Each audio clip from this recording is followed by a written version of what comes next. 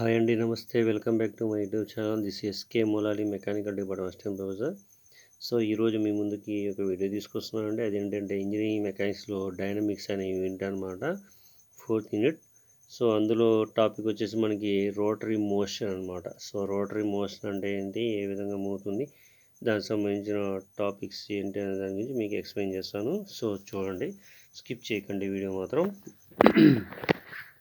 So ఇదండి మనకి rotary motion definitions అనమాట. సో రోటరీ మోషన్స్ రెండు డెఫినేషన్స్ ఉన్నాయి. ఏంటి చూసినట్టయితే మనకి సో సింపుల్గా ఫస్ట్ ఇక్కడ డయాగ్రామ్ చూడండి, అబ్జర్వ్ చేయండి. ఇది సర్క్యులర్ పాత్ అనమాట. ఇది ఓ అనేది సెంటర్ పాయింట్, ఇక్కడ ఏ అనేది ఒక లైన్ లెంత్ తీసుకున్నాం. ఇక్కడ నుంచి ఫోర్స్ అప్లికేషన్ అనమాట. ఇక్కడ నుంచి సెంటర్ అనేది ఆర్ అంటే రేడియస్ అనమాట. ఈ డయామీటర్కి రేడియస్ అనమాట. So one side value.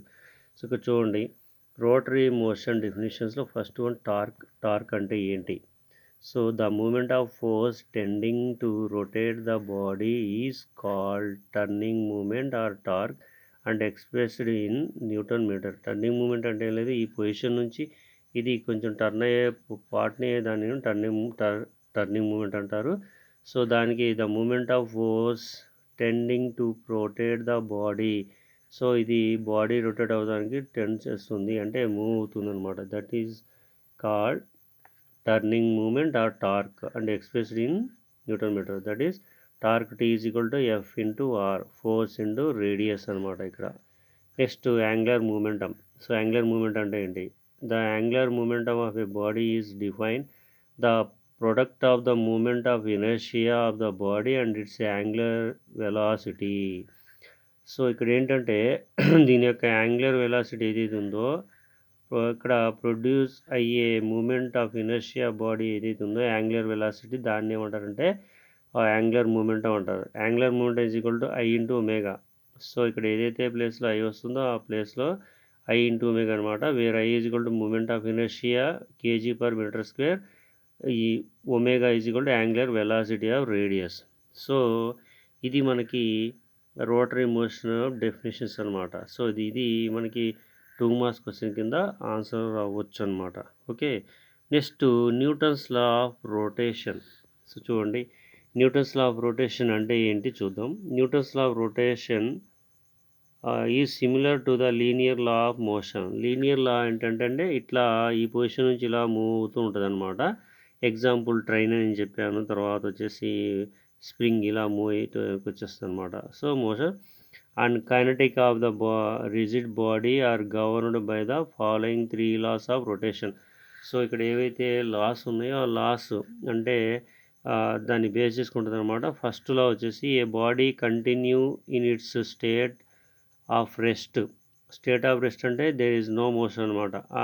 Are of uniform rotate unless an external torque act on it. So ఇది యూనిఫామ్గా రొటేషన్ అవుతూ ఉంటుంది, ఎటువంటి ఎక్స్టర్నల్ టార్క్ అనేది దాని మీద అప్లై చేయకుండా అనమాట. ఇది ఫస్ట్ లా. సో ఇది ఫస్ట్ లా అనమాట. ఇప్పుడు వచ్చేసి మనకి సెకండ్ లా చూద్దాం. The rate of change of angular moment is proportional to the external torque and takes place in the direction of the torque. అంటే ఇక rate of change of angular moment is proportional to the external force. అంటే ఏదైతే external torque ఉందో దానికి ఈక్వల్గా ఉంటుంది అనమాట. It and take the place in the direction of the torque. So move అయ్యే పొజిషన్ అనేది టార్క్ ప్లేస్ని చేసుకుంటుంది అనమాట. Next third law, the torque